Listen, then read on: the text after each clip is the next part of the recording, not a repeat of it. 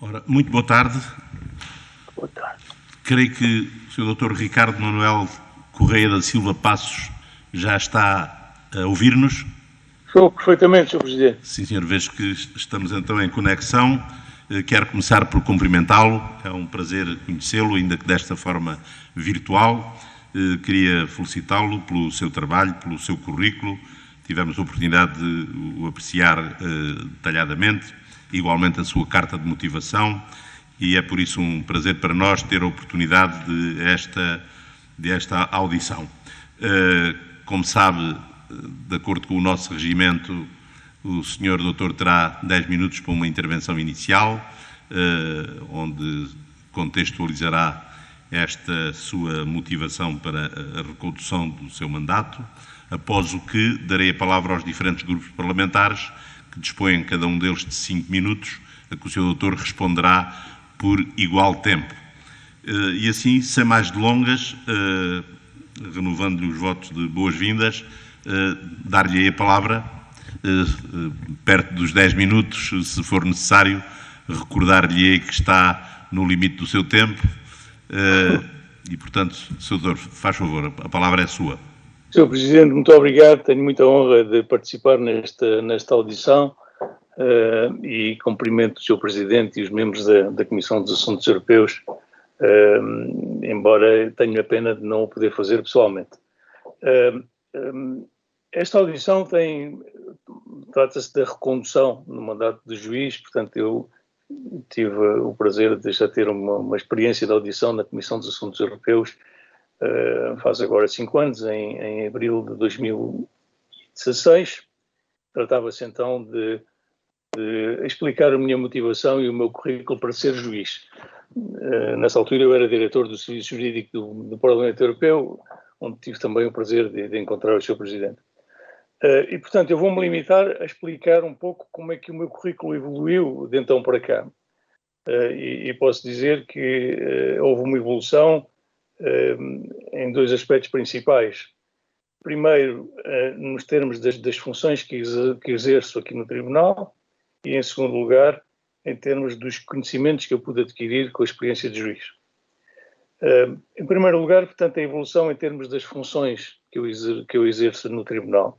Há 3 funções principais de juízes no Tribunal de Justiça. O primeiro é o juiz relator, o outro é um juiz assessor e depois ao presidente de secção, o vice-presidente e o presidente. Eu comecei nos primeiros 3 anos, o mandato é de 6 anos, eu comecei os primeiros 3 anos por ser juiz numa secção presidida por um colega francês. Nos últimos, em setembro de 2019, concorri a presidente de secção e tive a grande honra de ter sido eleito pelos colegas. As funções de presidente de secção são muito diferentes das funções de juiz relator ou de juiz assessor, porque o presidente de secção tem de dirigir os trabalhos de uma secção de 5 juízes, tem de presidir as audiências, tem de presidir as deliberações e, sobretudo, tem que organizar o trabalho da secção de maneira a atribuir os processos, fazer de maneira que haja uma repartição equitativa do trabalho, mas também, sobretudo, ter a sua influência no próprio conteúdo dos acórdãos, o que muitas vezes é necessário. O presidente de secção também faz parte de um órgão que se chama a Conferência dos Presidentes de Secção, que se reúne uma vez por mês e que tem por competência de examinar a evolução dos processos no tribunal em geral, ver se não há atrasos e também harmonizar a jurisprudência, porque nós temos 10 secções diferentes e para não haver um risco de divergências. Portanto, estas foram as funções que eu exerci e que eu exerço. Atualmente sou presidente de secção. Posso candidatar-me uma outra vez a ser presidente de secção, porque os juízes podem ter 2 mandatos de presidentes de secção. O que eu depois queria dizer em relação à evolução em termos de conhecimentos materiais, é a experiência que adquiri como juiz, não é?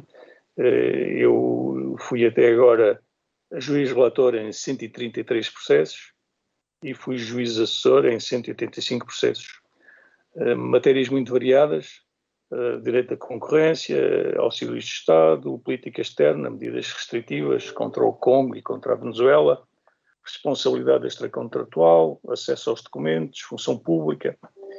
E, portanto, esta experiência é fruto de um trabalho cotidiano, mas que se vai acumulando com o tempo. Mas é de facto um conhecimento que só se tem no exercício das funções, por mais que eu como diretor do Parlamento Europeu, vinha muitas vezes ao Tribunal, mas é claro que estava focado nas competências de defender o Parlamento Europeu, não fazia direito à concorrência, portanto tive que aprender muitas das coisas com o exercício das minhas funções. E para concluir, Sr. Presidente, a motivação é grande, continuo a achar este trabalho fascinante e penso que estou em melhores condições hoje do que estava em 2015, quando participei na primeira audição na Comissão dos Assuntos Europeus para ser juiz. A prática geral dos Estados-membros é de designarem os juízes para um mandato de 2 anos, portanto, cada vez 6 anos, cada mandato. E isto deve-se sobretudo ao facto, acho que é por 2 razões principais, e com isto termino. A primeira razão é que a pessoa que é nomeada juiz precisa de, eu diria, 2 anos para se adaptar ao funcionamento do tribunal e para conhecer melhor as matérias. E, em segundo lugar, por uma razão de estabilidade, porque tem que haver é impossível que haja muitos juízes que saiam ao mesmo tempo, isso afetaria o trabalho do tribunal e o funcionamento do tribunal. E com isto termino, Sr. Presidente. Estou agora à disposição para responder às perguntas que entender e os senhores deputados quiserem pôr. Muito obrigado, Sr. Doutor. Foi um gosto ouvir esta sua intervenção inicial. Não posso deixar de concordar consigo, porque acho que o mesmo princípio se aplica também aos deputados europeus. De facto, o conhecimento das instituições demora algum tempo a aprender. Irei então dar a palavra aos grupos parlamentares, por ordem decrescente de representatividade, começando pelo Sr. Deputado Pedro Bacelar de Vasconcelos, do Grupo Parlamentar do Partido Socialista. Tem a palavra, Sr. Deputado.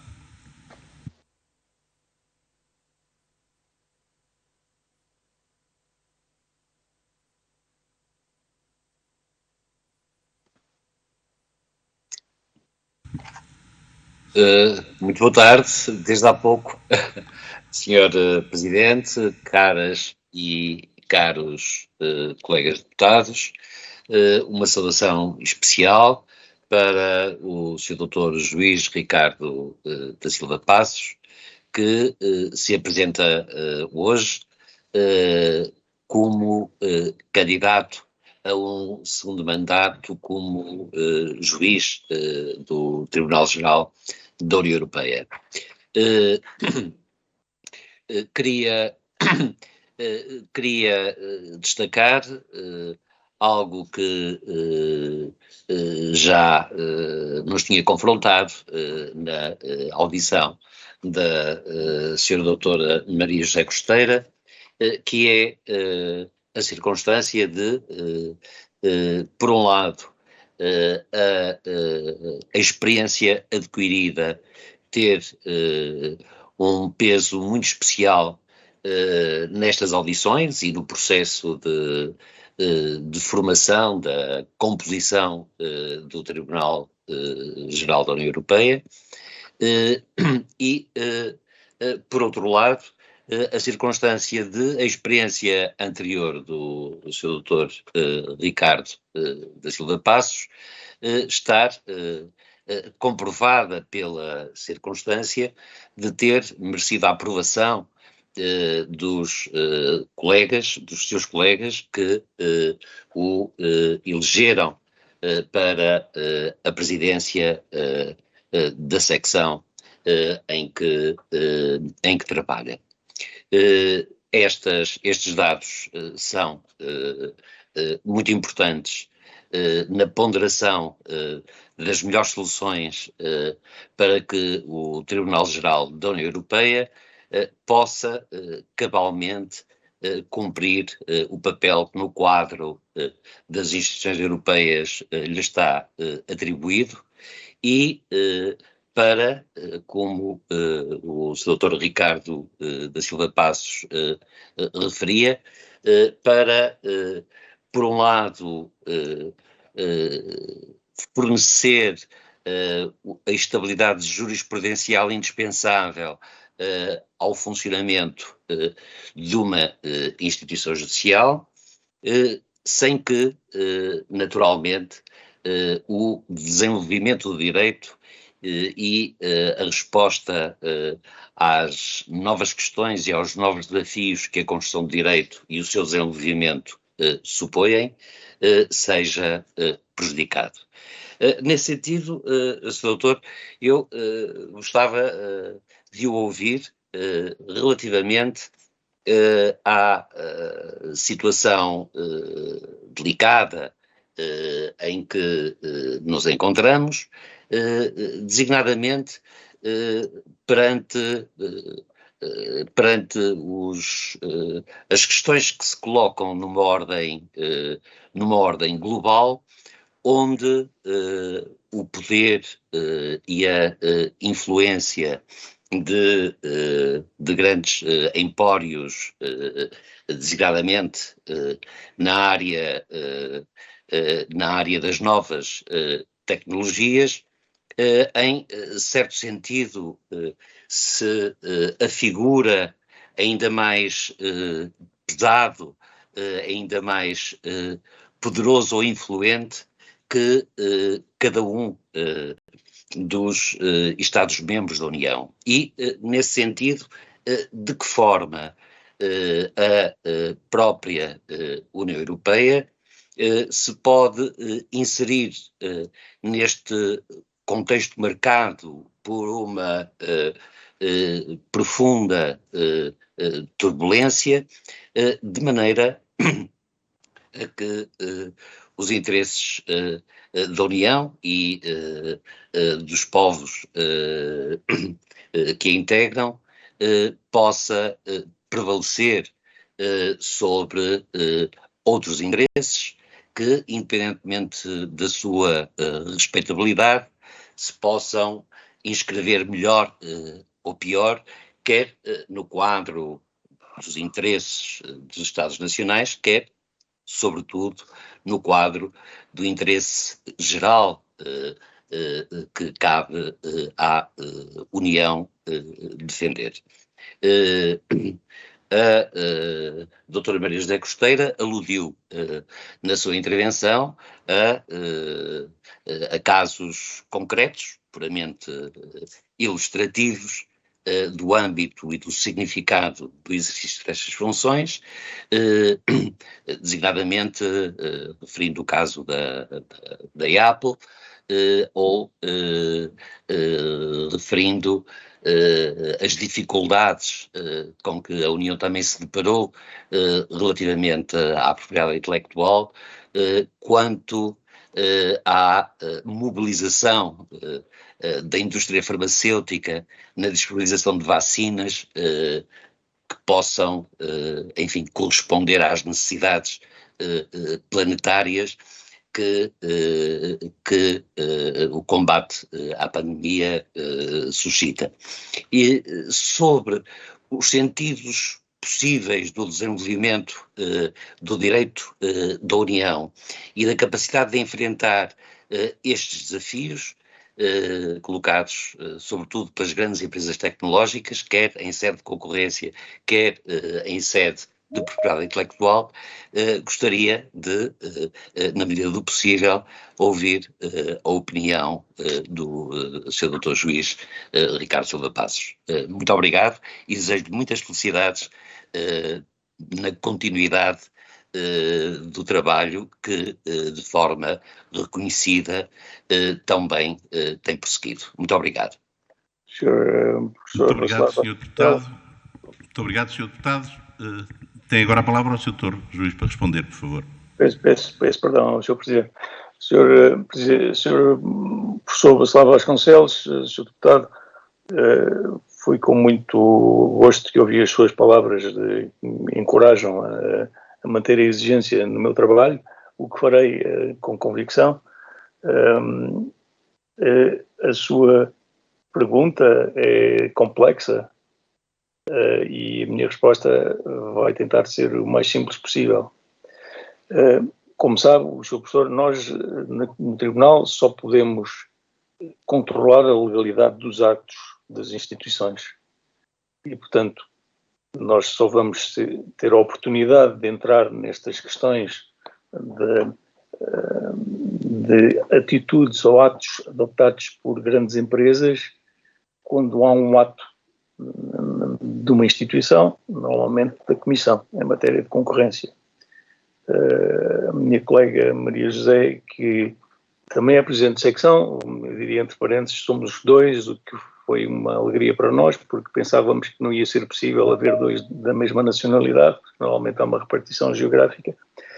Minha colega Maria José falou do caso Apple, eu posso falar do caso Google. Estes casos são todos trazidos por contestações destas grandes empresas a decisões tomadas pela Comissão, nomeadamente multas. São milhões de euros no caso Google, no caso Apple, mas também noutros casos como concentração de empresas, falsificação das condições de concorrência, como é o caso dos supermercados franceses, que há pouco tempo houve um acórdão, portanto houve uma inspeção da Comissão para ver até que ponto é que havia concertação dos preços e na concorrência, ou os casos de abuso de posição dominante, são sempre grandes grupos.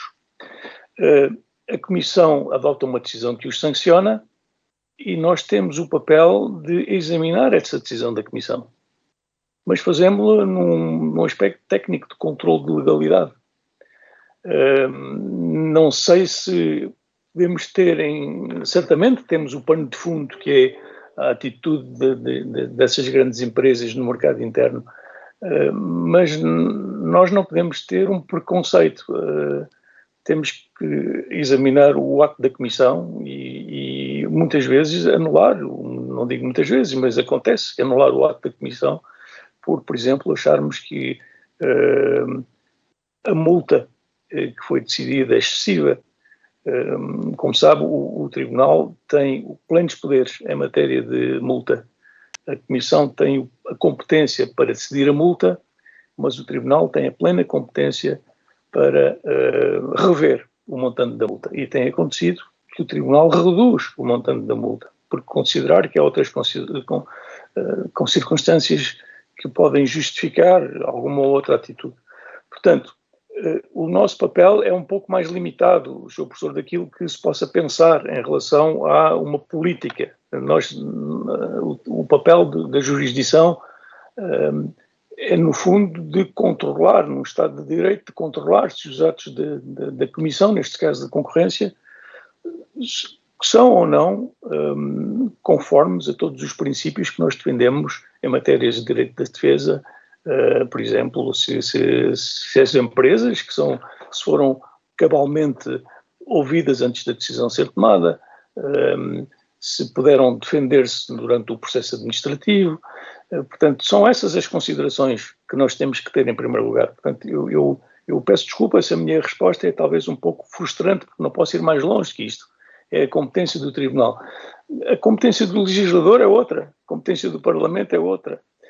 Mas num Estado de Direito o Tribunal tem que controlar a legalidade. É esse o nosso papel. E com isto termino, tendo consciência que não pude entrar em todo as incidências da sua reflexão, Sr. Professor. Obrigado, Sr. Doutor. Muito obrigado pelas suas respostas e cabe-me agora dar a palavra à Sra. Deputada Fabíola Cardoso, que é... Peço desculpa, estava a passar por um grupo parlamentar, as minhas desculpas ao PSD. É agora a vez do grupo parlamentar do PSD. Darei por isso a palavra ao Sr. Deputado António Lima Costa. Muito obrigado, Sr. Presidente. Cumprimento o Sr. Dr. Ricardo da Silva Passos, candidato à recondução no cargo de Juiz do Tribunal-Geral da União Europeia. O currículo do Sr. Dr. Ricardo da Silva Passos e a vasta experiência que detém nas matérias relacionadas com o cargo a que se candidata falam por si. E, por outro lado, o facto de Portugal ter 2 presidentes de secção neste tribunal é bem revelador das suas qualidades, de ambos os candidatos, mas também do prestígio de Portugal e da magistratura portuguesa no seio das instituições da União Europeia. E, portanto, para ser franco, não nos é suscitada qualquer questão concreta relacionada com a renovação do mandato do Sr. Doutor propriamente dita. De qualquer modo, dando cumprimento ao previsto na Lei 43 de 2006, gostaria de o ouvir relativamente às seguintes questões. Primeira questão, sabemos que a pandemia provocou muitos constrangimentos e repercussões no funcionamento do Tribunal. Pergunto-lhe se foi feito algum trabalho de adaptação a este novo normal a que estamos obrigados, se o Tribunal está agora melhor preparado para novas situações deste género. A segunda questão, sobre o relacionamento e interação entre os juízes nacionais e os juízes europeus, será que há uma crescente coordenação e eficácia, por exemplo, no que se refere aos reenvios prejudiciais? Isto é, será que os juízes nacionais estão devidamente sensibilizados e motivados para a relação natural de proximidade com o direito europeu, ou sente que essa relação é ainda insuficiente e distante? Terceira questão, os Estados-membros estão obrigados a aplicar o direito da União na sua ordem jurídica interna. Daqui decorre a europeização do juiz nacional e da sua função judicial. Tal significa impender sobre o juiz nacional a obrigação de reconhecer e respeitar o primado do direito comunitário. Concorda com a observação de que o grande obreiro da eficácia interna do direito comunitário será o juiz nacional? Uma outra questão, um dos grandes méritos do Tribunal tem sido a afirmação do princípio de que os tratados não devem ser interpretados de forma rígida, mas sim tendo em conta o estado de integração e os objetivos dos próprios tratados. O que pensa o Sr. Doutor desta observação? Por último, mera curiosidade, gostaria de o questionar sobre o compromisso que assume na sua carta de motivação de que em 2025, se bem percebi, renunciará ao cargo de juiz a que agora se candidata, na eventualidade quase certa de ser reeleito Presidente de secção. Muito obrigado, Sr. Doutor, e muitas felicidades para um novo cargo e mandato. Muito obrigado. Muito obrigado. Muito obrigado, Sr. Deputado. Faz favor, Sr. Doutor, tem a palavra. Sr. Presidente, eu peço imensa desculpa de ter a tentação de responder diretamente sem que me dê a palavra primeiro. Peço desculpa por esta má educação e a espontaneidade. Reveladora de muito pragmatismo. Senhor, faz favor. Tem a palavra, faz favor. Sr. Deputado Lima Costa levanta-me algumas questões que são difíceis de responder em 5 minutos.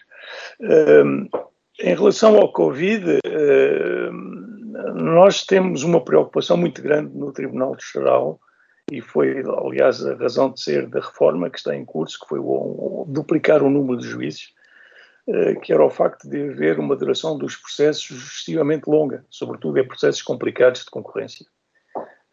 E, portanto, a solução que os Estados-membros encontraram, que me parece perfeitamente justificada, foi de aumentar o número dos juízes. Mas a nossa preocupação é de a qualidade dos nossos acórdãos e diminuir a duração dos processos.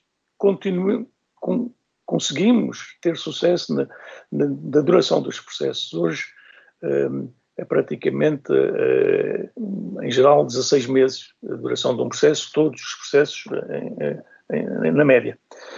Mas o Covid criou-nos alguns problemas porque muitas audiências de delegações que não puderam ser feitas. Eu devo dizer, algumas foram feitas por videoconferência. A minha secção não tive problemas, consegui que todas as que tinha que fazer, que as fizesse, e nós hoje deliberamos como estamos a fazer agora, quer dizer, não estamos a deliberar com os colegas. Eu faço conferências de secção uma vez por semana e faço audiências uma vez por semana, e as conferências de secção são com esta tecnologia, não conseguimos ainda reunir-nos presencialmente. Mas, portanto, houve algum problema em relação ao convite, estamos a trabalhar assim, mas tirando as audiências em que é preciso as partes estarem presentes, o Tribunal, eu diria, continua a funcionar relativamente bem, pelo menos essa é a minha experiência. A segunda questão é a relação entre os juízes nacionais e os juízes europeus, e eu continuo com a terceira questão, que é a europeização do juiz nacional. A cooperação entre os juízes nacionais e os juízes europeus tem que ser uma coisa natural, porque a terceira pergunta é de facto, o juiz nacional é o juiz comum do direito da União Europeia.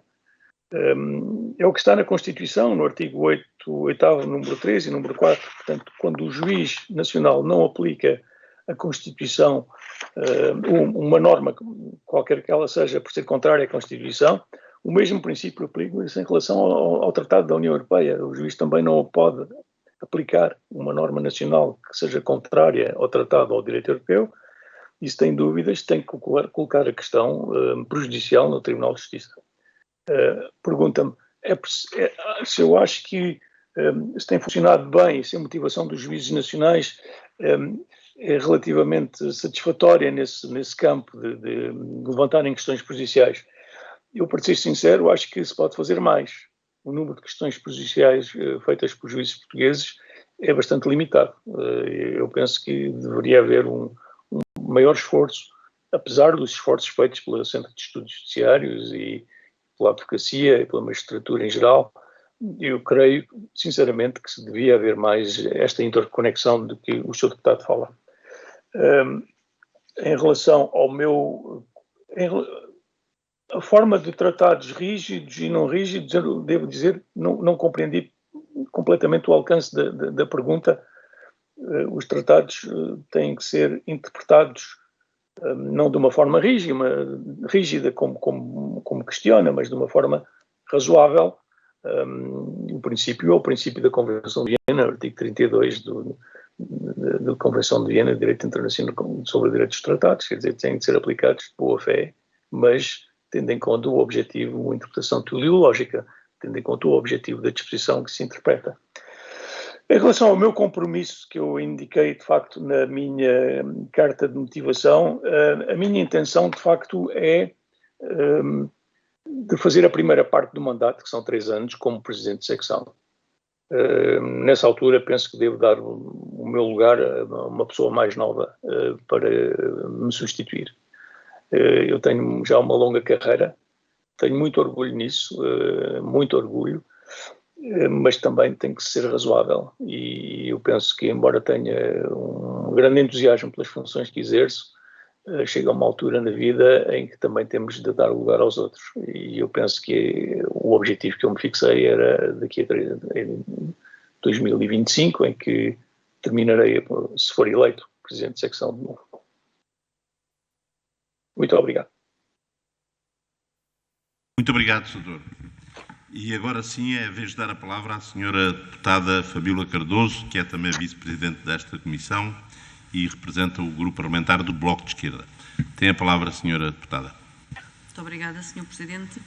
Começo naturalmente por cumprimentar o Dr. Ricardo da Silva Passos, que ouvimos hoje aqui na Comissão de Assuntos Europeus, relativamente à sua renovação de mandato como juiz no Tribunal-Geral da União Europeia, e agradecer a sua apresentação inicial, os esclarecimentos que já prestou às perguntas de outros deputados e que vieram clarificar aquilo que também já estava expresso relativo não só ao seu currículo e à sua motivação para continuar agora com experiência acrescida o seu trabalho que tem vindo a desempenhar. Foram já muitos os esclarecimentos que foram prestados. Eu gostaria de deixar apenas 2 questões um bocadinho talvez mais diretas. A primeira tem a ver com as dificuldades, com os desafios, com os obstáculos que encontrou nesse seu primeiro mandato, e se já foram referidos aqui alguns, nomeadamente as questões da reforma do funcionamento do próprio Tribunal e, obviamente, aquelas que foram levantadas pela pandemia Covid-19, eu gostava de o questionar relativamente há recursos para o desempenho das funções, recursos humanos, recursos tecnológicos, recursos financeiros. Considera que tem ao seu dispor, e de um modo geral tem o Tribunal-Geral da União Europeia, os recursos que necessita para que possa levar a cabo esta tarefa hercúlea e extremamente complexa de lidar com estes casos de enormíssima complexidade jurídica? E uma segunda pergunta relacionada com os novos desafios, com os novos projetos para este segundo mandato, ainda que seja de 3 anos, qual é a sua perspectiva ou qual é a sua expectativa relativamente a este segundo mandato, já com a experiência e o conhecimento que vem desse trabalho?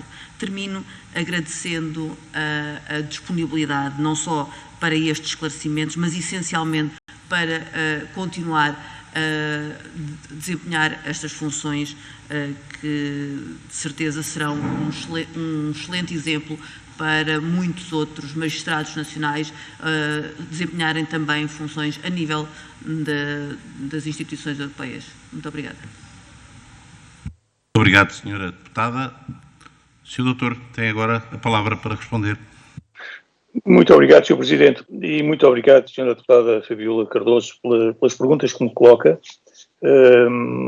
que são bastante diretas, mas que também me permitem dar respostas também mais diretas. Sobre as dificuldades que eu senti quando cheguei em 2016, as dificuldades principalmente são mais de natureza técnica, porque eu já tinha sido referendário antes de fazer o meu trabalho no Parlamento Europeu, tinha já trabalhado aqui no Tribunal de Justiça como referendário, portanto eu conhecia um pouco o funcionamento do Tribunal de Justiça, mas mudou muito, entretanto, não é?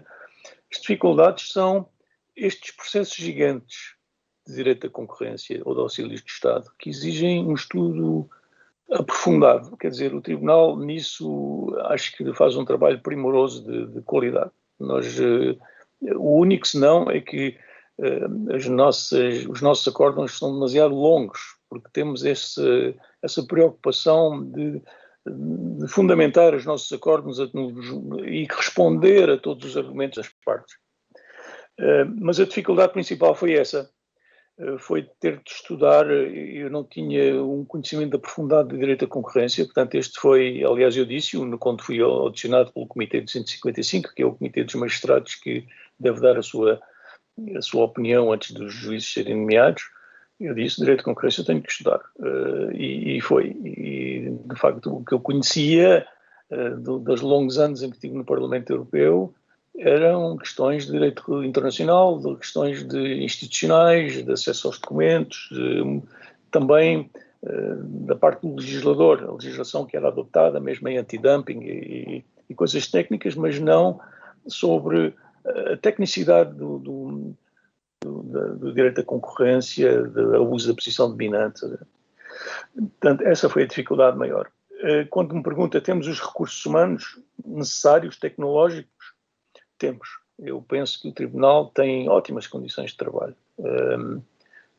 Cada juiz tem o seu gabinete de assessores que ele escolhe, portanto tem essa responsabilidade de escolher assessores competentes, mas eu creio que não nos podemos queixar, nós temos boas condições.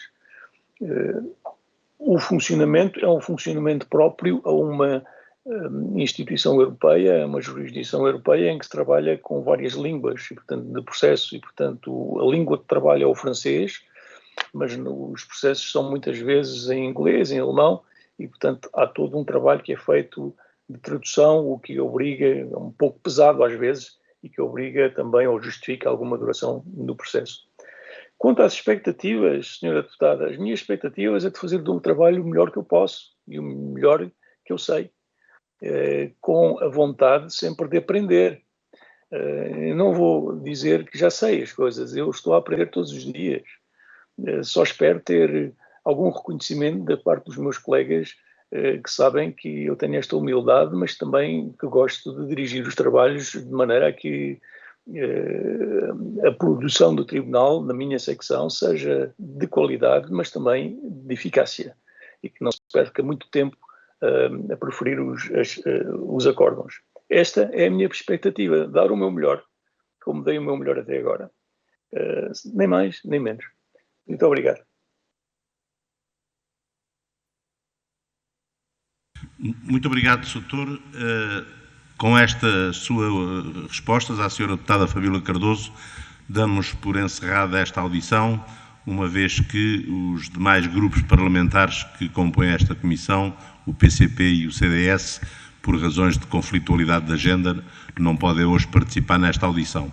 Mas penso que ela foi clara no que diz respeito ao apreço pelo trabalho que o Sr. Doutor tem desempenhado neste mandato e a certeza de que assim continuará a ser no próximo. Pela minha parte, foi um enorme prazer revê-lo e desejar-lhe as maiores felicidades na continuação desta sua missão e espero poder encontrá-lo por um destes dias no Luxemburgo ou em Lisboa, quem sabe. Foi um prazer, doutor. Muito obrigado. Deixe-me dizer uma palavra só para terminar, porque o prazer também foi meu. Eu tenho sempre um enorme prazer em trabalhar com as comissões parlamentares. Guardei esse gosto dos anos que passei no Parlamento Europeu e apreciei muito o trabalho parlamentar, do profissionalismo dos deputados, e foi para mim uma honra, um privilégio poder estar a responder a perguntas, e agradeço mais uma vez todas as perguntas que me foram feitas pelos todos os deputados que participaram nesta audição. Muito obrigado. Muito obrigado, Sr. Doutor. Está encerrada esta audição. Muito obrigado. Obrigado.